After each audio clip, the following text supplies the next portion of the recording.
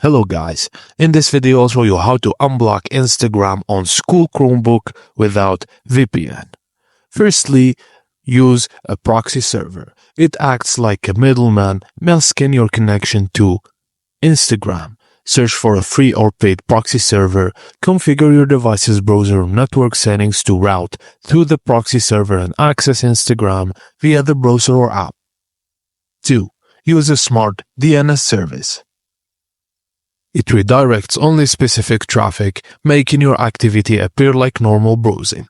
Sign up for a smart DNS service like Unilocator or Smart DNS Proxy or NordVPN.